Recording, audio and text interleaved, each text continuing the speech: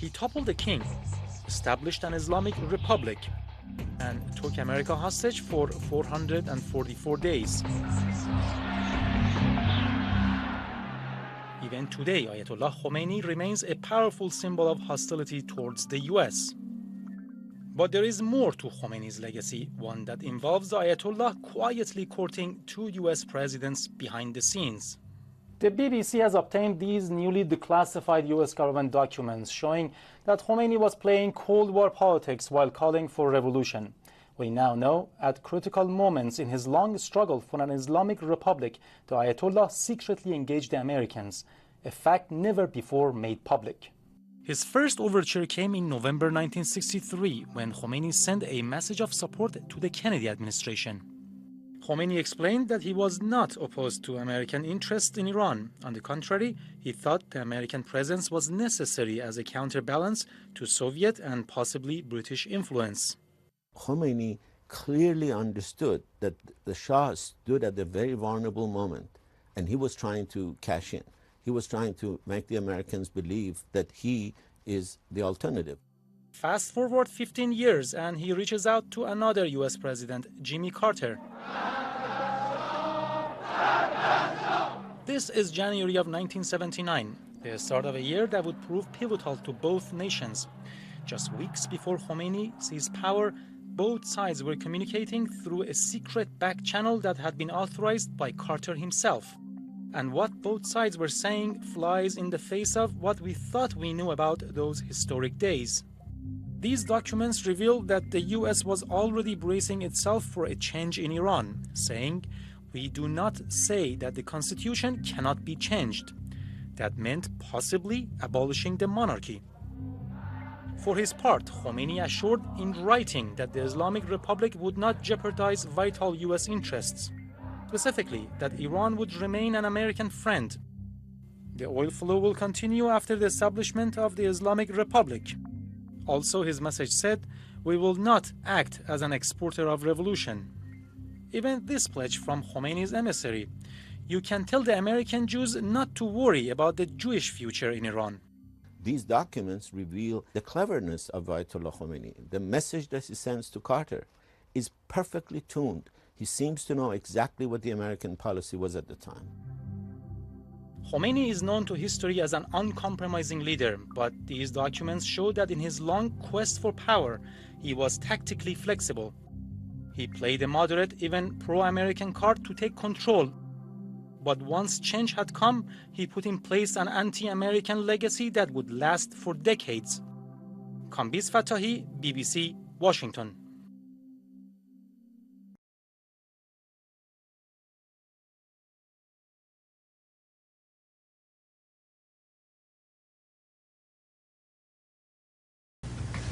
The degree of unpopularity of a regime when the choice is total authoritarianism, totalitarianism, I should say, in the alternative government, makes one wonder whether you are being helpful to the people. And we've been guilty of that. Because someone didn't meet exactly our standards of human rights, even though they were an ally of ours, instead of trying patiently to persuade them to change their ways, we have, in a number of instances, aided a revolutionary overthrow which results in complete totalitarianism instead for those people. And I think that this is a kind of a hypocritical policy when at the same time we're maintaining a détente with the one nation in the world where there are no human rights at all, the Soviet Union. I did criticize the president because of our undercutting of what was a stalwart ally, the Shah of Iran. And I am not at all convinced that he was that far out of line with his people, or that they wanted that to happen. The Shah had done our bidding and carried our load in the Middle East for quite some time. And I did think that it was a blot on our record that we let him down. Have things gotten better? The Shah, whatever he might have done, was building low-cost housing, had taken land away from the mullahs and was distributing it to the peasants so they could be landowners, things of that kind. But we turned it over to a maniacal fanatic who has slaughtered thousands and thousands of people, calling it executions. All right, let's move on, yes, Barbara, because let's get back to the president so I can have a little more decorum. the Thank Shah you. of Iran. Now, looking back, a bad guy, Shah of Iran. Am I right about that? He did a lot of good things for the country, and he did a lot of good things for women in the country. But look what happened since. It might have been We were better with him. fully supportive of his regime in this country, right? We kicked him out. We helped kick him out. We helped to kick him. We didn't stand by him. We wanted him in, but then when it was time to go, we ushered him out. That That's happened. how the Americans work. That's what that Yep. that happens to a lot of us. Yes. Anwar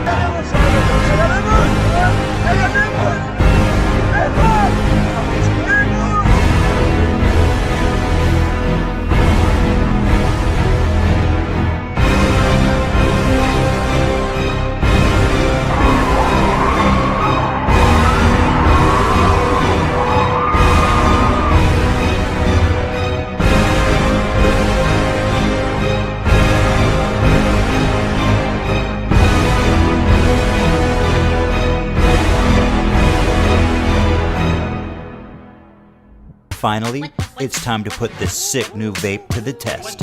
You all want to know what I'm about? I'm about chasing the fattest clouds and ripping the fattest vapes. Welcome to the Vape Nation.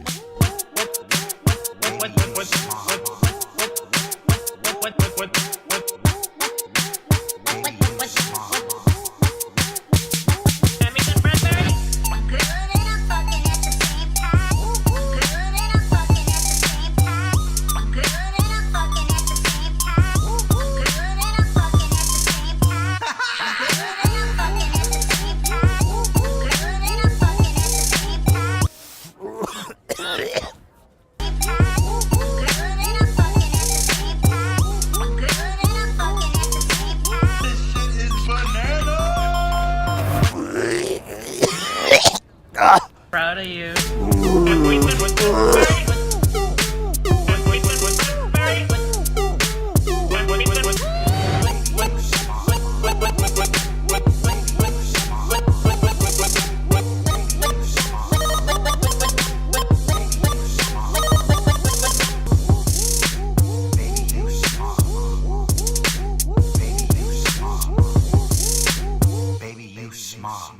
Vape Nation!